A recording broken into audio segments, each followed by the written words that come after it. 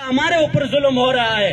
جہاں کہیں بھی مسلمان دنیا میں اس وقت لڑتا ہے وہ اپنی دفاع کی جنگ لڑ رہا ہے. اگر آپ شام کے اندر جاؤ تو شام کے غاصب شیعہ حکومت نے وہاں کے مسلمانوں کے اوپر ایسے ظلم و ستم کی کہ جس کی تاریخ میں کوئی مثال نہیں ملتی, جس کی مثال چنگیز خان اور ہلاکو خان کی تاریخ کے اندر بھی نہیں ملتی. وہاں کے مسلمان مجبور ہوئے, انہوں نے تلوار اٹھایا تو ہم لوگوں نے ان کو دہشت گرد کہا. افغانستان کے اندر 52 کفار کے ممالک کوئی تبلیغ کے لیے نہیں آئے تھے, انہوں نے آ کر وہاں مسلمانوں کے اوپر کروز بم گرائے, وہاں مسلمانوں کے اوپر وہ ظلم و ستم کی انتہا کی.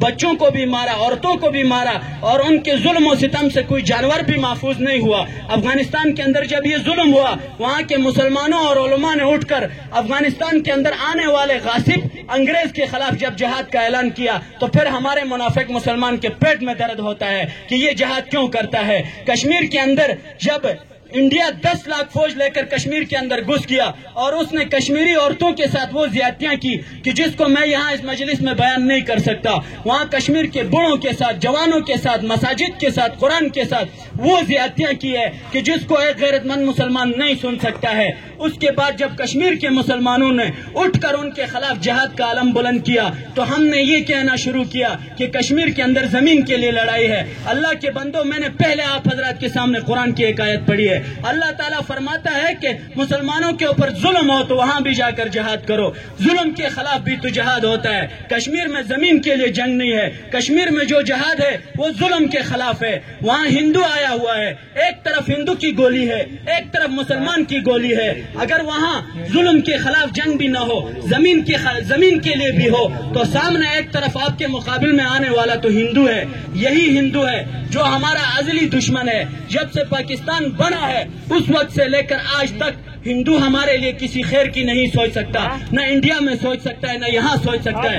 انڈیا کے اندر کشمیر کے لوگوں نے تو الگ آزادی کا مطالبہ کیا, ان کے اوپر ظلم کیا. اگر آپ یہ کہتے ہو تو انڈیا کے اندر احمد آباد اور گجرات کے اندر مسلمانوں کے اوپر انڈیا نے کیوں ظلم کیا؟ وہاں پر تو مسلمانوں نے کوئی الگ ملک کا مطالبہ تو نہیں کیا تھا, وہاں پر کوئی آزادی کی تحریک تو نہیں چلی تھی. پتہ چلا کہ یہ لوگ ہمارے ازلی دشمن ہیں. ایک یہود ہمارے ازلی دشمن ہیں جو فلسطین میں مسلمانوں کے اوپر ظلم ڈھا رہے ہیں. ایک انڈیا کے اندر یہ ہندو ہمارے ازلی دشمن ہیں, یہ بت مت ہمارے ازلی دشمن ہے, ہمارے ازل سے یہ دشمن ہے اور ابد تک رہیں گے. اگر کوئی ہمارا حکمران کوئی بغیرت ان کے ساتھ دوستی کا ہاتھ بڑھاتا ہے, وہ ہاتھ کٹ جائے گا, وہ ہاتھ بعد میں گر جائے گا, اس کو کوئی فائدہ نہیں ملے گا.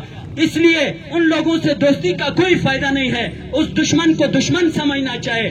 میں یہاں اس جلسے کی وساطت سے حکومت پاکستان کی فوج اور ایجنسی اور ان سب لوگوں سے یہ مطالبہ کرتا ہوں کہ اس جلسے کی وساطت سے میں یہ مطالبہ کرتا ہوں کہ آپ کشمیر کے مجاہدین کے لیے راستے کھولو. وہاں باؤنڈری کے اوپر جو وہاں پابندیاں لگی ہوئی ہے, وہاں باڑ لگی ہوئی ہے, انڈیا نے بڑے بڑے باڑ لگائے ہیں, مجاہدین اندر نہیں جا سکتے ہیں. ایک زمانے میں مجاہد آتے جاتے رہتے تھے, اس وقت تک انڈیا کی فوج کشمیر میں مصروف تھی, پاکستان میں کوئی تخریب کاری نہیں کر سکتی تھی. لیکن جب سے مشرف خبیث نے مشرف پہ لعنت سے اس نے اس بارڈر کو بند کر دیا. بارڈر بند ہونے کے بعد سے لے کر آج تک وہاں مجاہدین کے لیے رکاوٹیں کھڑی ہوئی ہے, وہ اندر نہیں جا سکتے ان سے لڑنے کے لیے, جس کی وجہ سے وہاں مسائل کھڑے ہیں. مجاہدین اندر نہیں جاتے ہیں تو وہاں وہ آزادی کے ساتھ انڈیا کی فوج حکومت کرتی ہے اور انڈیا کی ساری توجہ پاکستان پر ہوتی ہے. اس برما کے اندر جو مسلمانوں پر ظلم ہوا ہے, اس ظلم میں انڈیا بھی اور برما کی جو بت مت حکومت ہے یہ دونوں ملے ہوئے ہیں, اور ان دونوں کے ملنے کے بہت سارے ثبوت ہیں. اور یہ سارے کافر مل کر وہاں برما سے مسلمانوں کو ختم کرنا چاہتے ہیں. آپ اگر اس وقت مصروف ہیں, وہ لوگ اگر وہاں سوشل میڈیا پر ان کی تصویریں آپ دیکھو تو آپ کو اندازہ ہوگا, وہاں ویڈیوز دیکھو آپ کو اندازہ ہوگا کہ برما کے اوپر ایسا ظلم ہوا ہے, مسلمانوں کو ایسا کاٹا گیا ہے کہ جو ہم یہاں قربانی کے جانوروں کو بھی ایسے نہیں کاٹتے ہیں. ایسے